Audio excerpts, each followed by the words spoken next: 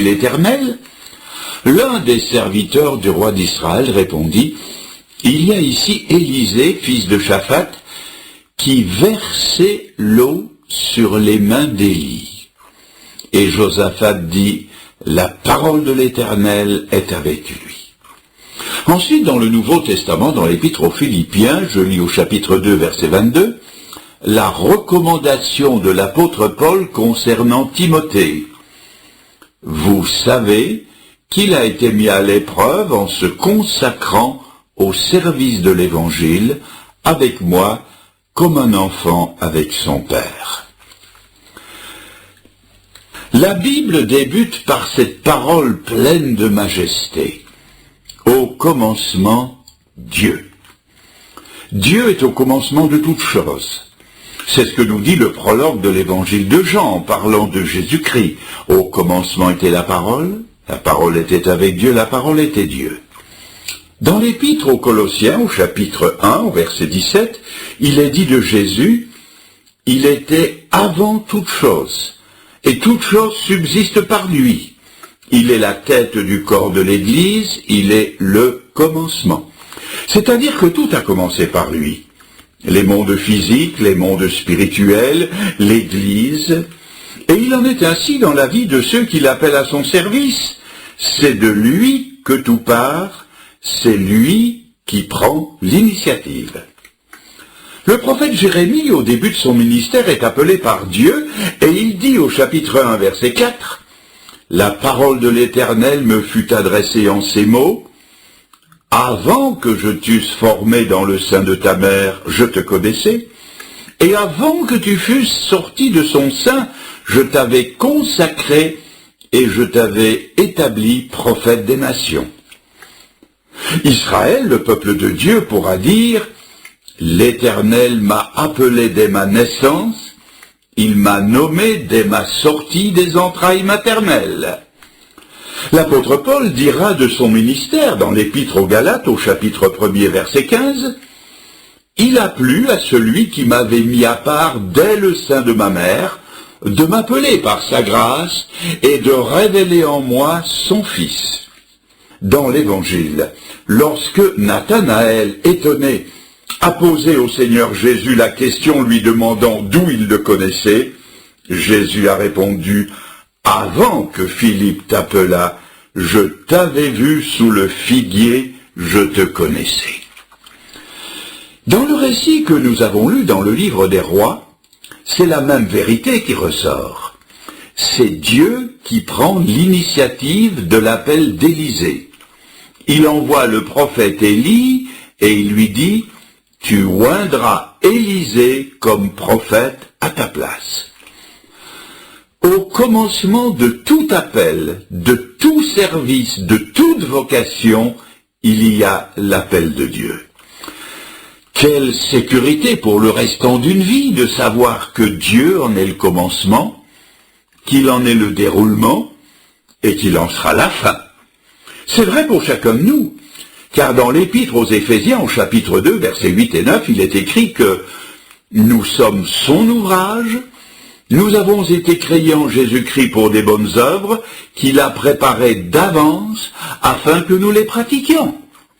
S'il les a préparées d'avance, c'est que Dieu est au commencement de tout appel et de tout véritable service.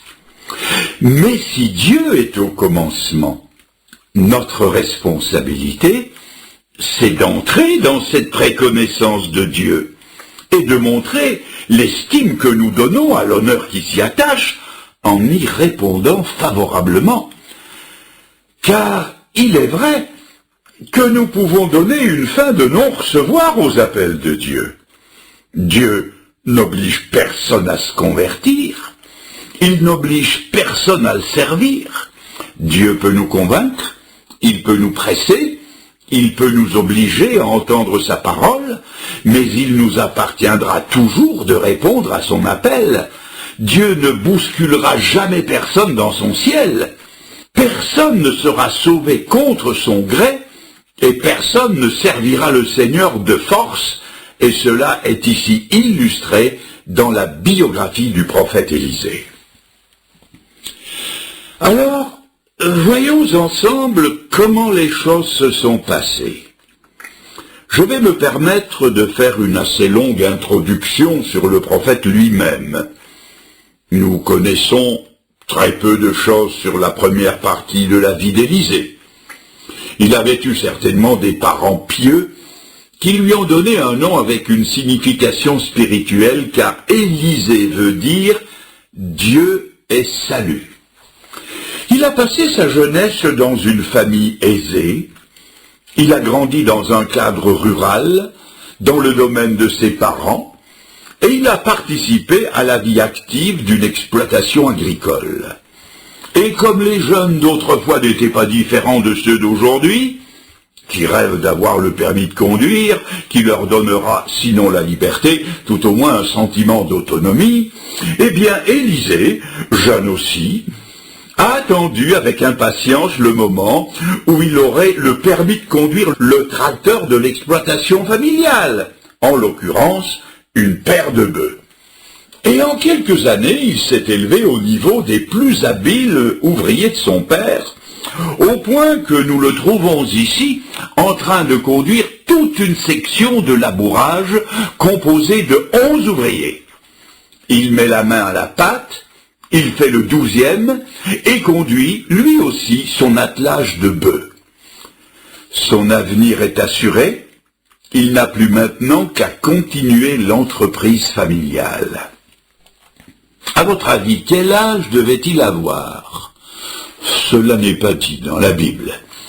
Mais il ne devait être ni trop jeune, ni trop vieux. Il n'était pas âgé, car il n'avait pas encore, semble-t-il, de charge familiale, mais il était quand même assez âgé pour prendre des décisions importantes.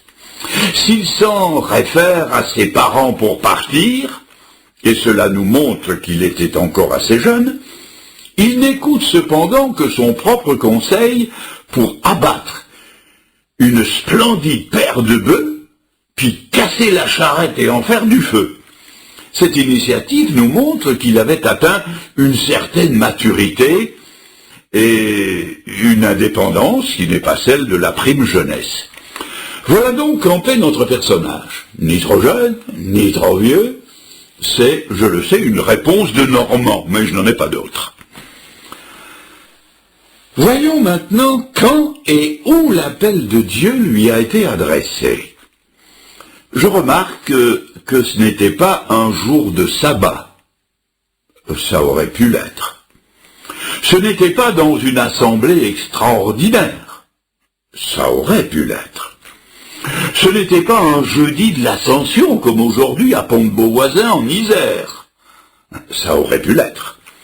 Ce n'était pas dans une réunion missionnaire, ce n'était pas lors d'une réunion de prière. Ça aurait pu l'être. Ce n'était pas au cours de la pause repas. Il ne rêvassait pas à des choses supranaturelles.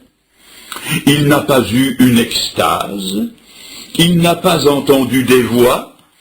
Et il n'a pas reçu une vision particulière. Remarquez que ça aurait pu l'être.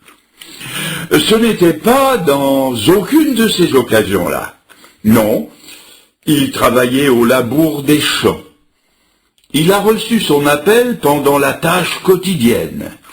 Et c'est très important, parce que cela veut dire que pour Élisée, Dieu n'avait pas à arranger des situations spéciales, ni à lui préparer des décors extérieurs particuliers. Dieu connaissait ses dispositions intérieures, il était disponible depuis longtemps, Dieu pouvait venir le chercher n'importe quand et n'importe où. Il était prêt. Est-ce que nous sommes prêts à la visite inopinée de Dieu? Le Seigneur est venu le prendre derrière la charrue, comme il a pris David derrière le troupeau, comme il a pris Pierre et Jean à leur filet de pêche, comme il a pris l'évangéliste Moody dans son magasin de chaussures, comme il a pris Charles Studd à son université. Dieu est venu sans crier gare, comme dans le cas de Lévi qui était au bureau des recettes, la plume à la main, le Seigneur est venu et lui a dit « Suis-moi ». Et avant qu'Élisée ait eu le temps de se rendre compte de quoi que ce soit, un homme qu'il savait être le prophète Élie est venu vers lui et d'un geste ample, sans s'y reprendre à 2 fois, il a jeté son grand manteau sur ses épaules. Il ne lui a fallu qu'une seconde pour comprendre l'immense portée de ce geste. Dieu le choisissait pour être le successeur du plus grand prophète d'Israël. Je fais maintenant une parenthèse d'application pratique pour notre temps. Mes amis, aujourd'hui, il y a aussi des successions à prendre. Des missionnaires ont atteint et dépassé l'âge de la retraite, et ils continuent, vaille que vaille, sur le champ de mission, attendant quelqu'un qui va reprendre des postes devenus vacants ou en train de l'être. Qui va les reprendre? Quand je pense aux évangélistes itinérants qui parcourent nos pays francophones, il y a aussi des postes qui bientôt seront vacants. Selon la norme des choses, j'ai atteint et dépassé les 2/3 de ma carrière d'évangéliste. Les missions partout clament leur besoin d'enseignants qualifiés sur les champs de mission. Des médecins, des infirmières remplissent 1 fois et demie un horaire normal. D'excellents conducteurs sont repris auprès de Dieu. Il y a des vides qui se font et des Élis inquiets portent des regards autour d'eux pour trouver des caractères valables sur lesquels ils pourront jeter leur manteau. Dans nos églises et assemblées, des responsables, des diacres, des anciens, des pasteurs, des moniteurs passent. Et qui va les remplacer? Il y a, je le répète, des successions à prendre dans tous les domaines de l'activité chrétienne. Élisée a donc été appelé par Dieu et a répondu présent à cet appel. Voyons maintenant à quoi il a été appelé. Remarquez qu'il n'a pas été appelé à être d'emblée le prestigieux successeur du prophète Élie. Dans un sens, c'est vrai. Quand on lit le 2e livre des Rois au chapitre 3 et verset 11, nous voyons qu'il a d'abord été appelé à verser de l'eau sur les mains d'Élie. C'était beaucoup moins glorieux que de conduire 11 ouvriers, que d'être le fils du patron et l'héritier d'un grand domaine agricole. Si Dieu agit ainsi, c'est parce qu'Élisée avait besoin d'être recyclé pour le royaume. Et Dieu ne méprise pas les petits commencements, ni même les petits recommencements. Avant d'avoir un chêne, il faut planter un gland. Quand un homme naît dans ce monde, il vient comme un nouveau-né, comme une petite chose fragile. Nous n'imaginerions pas qu'un bébé devienne adulte en 24 heures, ce serait un monstre. Notre Seigneur Jésus-Christ, qui a incarné toutes les excellences dans sa personne, a suivi la filière en commençant par le commencement. Et la crèche de Bethléem en est la preuve. Il n'a pas sauté les étapes. Ruth de l'Ancien Testament a aussi commencé par laisser sa famille.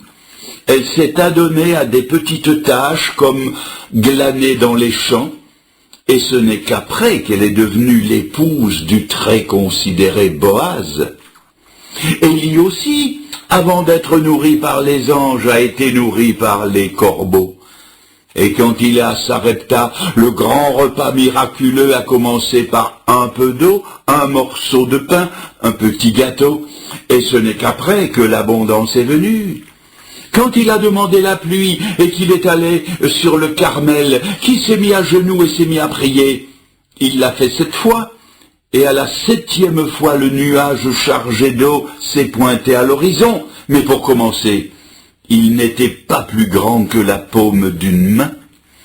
Dites-moi, mes amis, de quoi Dieu se sert-il pour confondre les choses fortes? C'est l'Épître aux Corinthiens qui nous répond de